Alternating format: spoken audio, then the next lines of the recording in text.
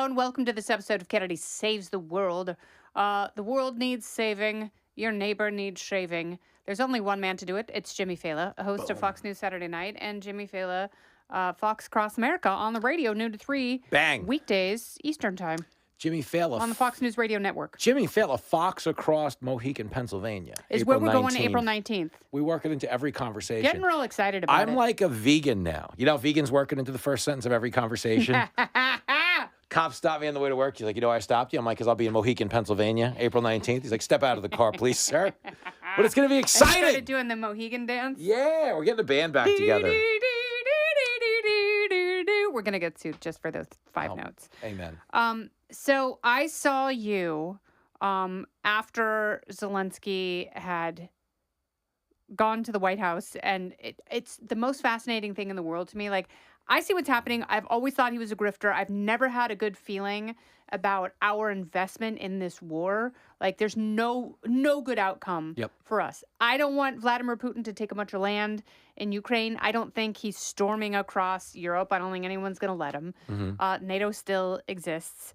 But I've always felt like Zelensky is playing to the gallery, and he's a grifter, and he's just finding new ways to ask for money, and he's a really manipulative person. And then I don't know if he saw the spigot turning off, or he's just he has missed the spotlight, and he knows the only way to get more attention is to start a fight with Trump and Vance. And I don't know who he's playing to if he does that, other than the treasonous Democrat senators who are trying to turf a good deal for everyone. I think there's a couple of spinning plates here, but I think first and foremost, I think the calculus was wrong. Okay, meaning if you're coming to the White House for a bilateral engagement, and they have a press conference set up at 1 o'clock and a luncheon set up at 2 o'clock, it means everyone else has agreed to the deal and assumed you did. So he apparently on the flight over, I don't know if he met with Democratic senators when he did or how that went down. I think he did believe that if he got on the world stage and gave Trump and Vance a hard time, that he was going to rally sentiment in his favor. But what we're learning very quickly, first and foremost, is that's not the case. Okay, because Americans don't want, they share a lot of your beliefs. When it comes to this war, Trump campaigned on ending it and campaigned on shutting off that spigot, as you said. I think Zelensky's calculus here is that if the war ends, there could be elections in Ukraine again. That might not be good. Okay, if the gravy train stops rolling, then the money stops coming in, and I think a lot of people in both have a hard enough time getting conscripts to the front lines. Yeah, they don't have the people. It's an unwinnable war. They've been lied to. Okay, excuse me. We've been lied to in the sense that this is not a winnable war for them. But the reason I think they like it in Washington is we don't need to define victory in order to just keep making money off of this conflict. But people are dying, and we're not okay with that. The dudes do not abide. No, I'm not okay with that. I'm not okay with Russian civilians dying. I'm not okay with Ukrainian civilians dying or their towns being bombed repeatedly. But, you know, if we just have a constant stream of money, that's the worst outcome for them. Because there's no guarantee, like this security guarantee that he's talking about. I mean, security guarantee for Zelensky means status quo. Like we just keep doing what we're doing. And, you know, it's like you look around where there's homeless vets and you're like, maybe the Defense Department and VA budget would be better spent elsewhere than funding an unwinnable war that can go on for easily another decade. I mean, look how fast 3 years have gone by. Yeah, I mean look at Afghanistan. You know, we fought forever and then left, and you know that wound up being its own boondoggle. And I think the reality is here at home, people are on Trump's side. The folks that are freaking out right now are learning this really hard lesson that, yes, you know, the CNNs and the MSNBCs of the world can say we've, you know, been derelict in our duty as the leaders of the free world and all that, but they don't actually hold the monopoly over the flow of information the way they used to. Meaning this meeting would have been devastated for Trump if it occurred in 2016 because social media hadn't surpassed the legacy media in terms of the influence sphere. And engagement. Yeah, and that's what's happening. So the engagement is so much bigger on the Trump side of this issue that it wasn't a bad day. If anything, it was a good day because no one should be flying to America where we're giving you $350 billion and giving us S about it.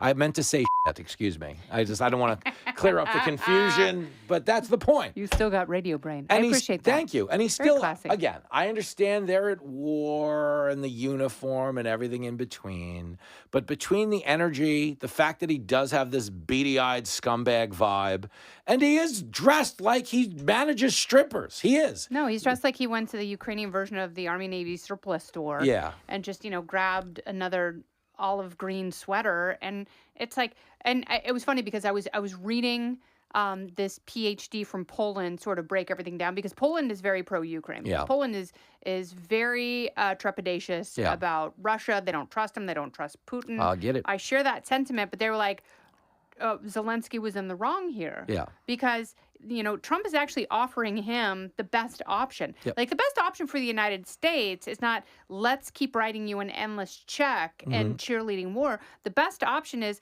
let this country invest in something that really means something to us, which represents like how we power the future. That's rare earth minerals. Yep. So if the United States has a stake in that, they will want peace in the region. Yes. Like, if you've got peace, if you've got capitalism, that means you have money going into the country so you can rebuild the infrastructure and the bombed out towns. Thank you. That's the best case scenario. And then if you've got someone who can actually talk to Russia and go, no, give this back, give the kids back. This is stupid. This is silly. NATO is not on your doorstep. Yeah. Then you call Russia off. But it's so disingenuous. Like, the argument that they're offering is, well, Putin is just a monster and just invaded. He is a monster. He is a bad person. But a lot happened before 2014 that the Chris Murphys of the world don't want to acknowledge. No, they don't want to talk about coups and overthrowing the last administration that was in Ukraine, and the fact that it is universally agreed upon that Ukraine was considered like the biggest hotbed for corruption in the world. These were all known facts in Washington. And this is where the public is, I don't want to say they're being duped, but this is where they're attempting to mislead them. There's so much more nuance to this issue than anyone's willing to volunteer in their analysis of it. We are right here in this moment. It is so possible that Putin is an awful human being and a dictator, and you can believe that and still think it's okay to question Ukraine. But our politics got so reductive in the last 4 or 5 years that if you criticized Ukraine, it would only mean you were a Putin puppet. Yes. But what's funny is we played the oversimplification of a very complex problem. Yes, it drives me crazy. Yes. I'm like, dude, I went to community college. I majored in Nintendo. If I can give you the extra beat to think about this, so can the people on MSNBC or CNN or anywhere else. They're peddling this garbage. And Chris Murphy would be another example in elected office. But here's something. I played this on the radio today. It was Bill Clinton was explaining in 2013 how he made deals with Putin and how he kind of made deals with anybody. First and foremost was you get him tickets to Mohegan, Pennsylvania, April 19th. Well, I mean that'd be the best place to air all They this know stuff you're out. serious. If you come into a bilateral engagement, you're like, well, Mohegan, Pennsylvania, okay, by Jimmy the way, and Kennedy. fartsinajar.com, from what I'm told, the people who run it, the metrics, we had quite a few visitors this week. I don't know what you're talking about, but we'll get into it off the air. I'm kidding, but hold on a second. Bill Clinton would like to get into it. Bill Clinton is so famous. This clip is so good. He's talking about Putin. He goes, Putin's smart. He's a really brilliant guy. He's a really smart guy because he knows what he wants out of every one of these relationships. He's like, so, I would never badmouth him in public, okay? I could be very blunt with him in private, but these people, specifically the dictators, appreciate it if you don't badmouth them in public, and that's how you wind up making a deal.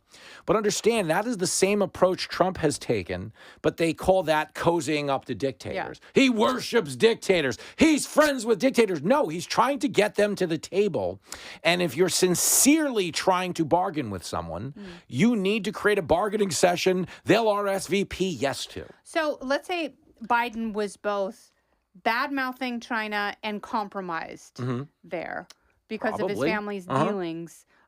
Was that the best foreign policy? He was awful. No, I mean, it's not. It strained the relationship. So I want capitalism. I want free trade. I want peace. I think, those are really, really important things to me. The United States happens to do those things best. Better than anybody. Yes. And this is...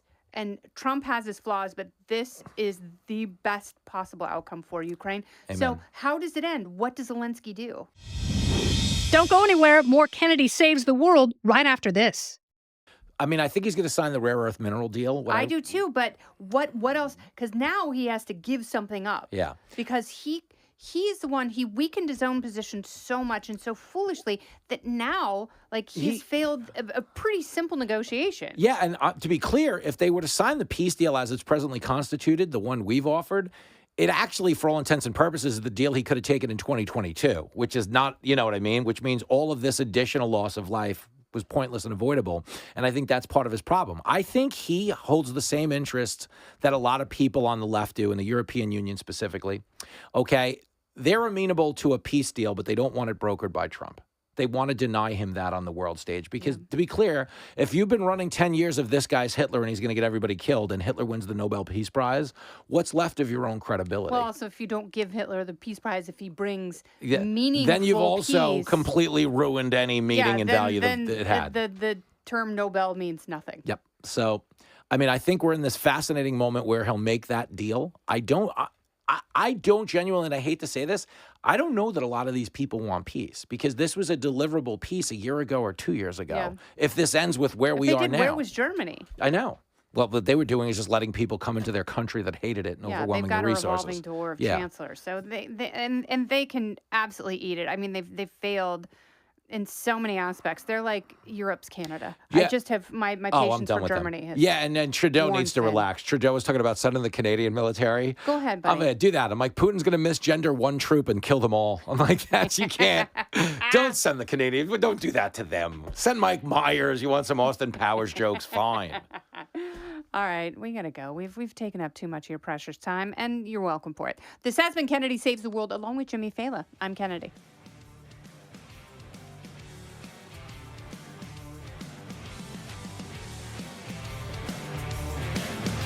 Listen ad-free with a Fox News Podcast Plus subscription on Apple Podcasts, and Amazon Prime members can listen to this show ad-free on the Amazon Music app. Oh, go ahead and leave me a review while you're there. I'd love to hear what you have to say. You've been listening to Kennedy Saves the World on the Fox News Podcast Network.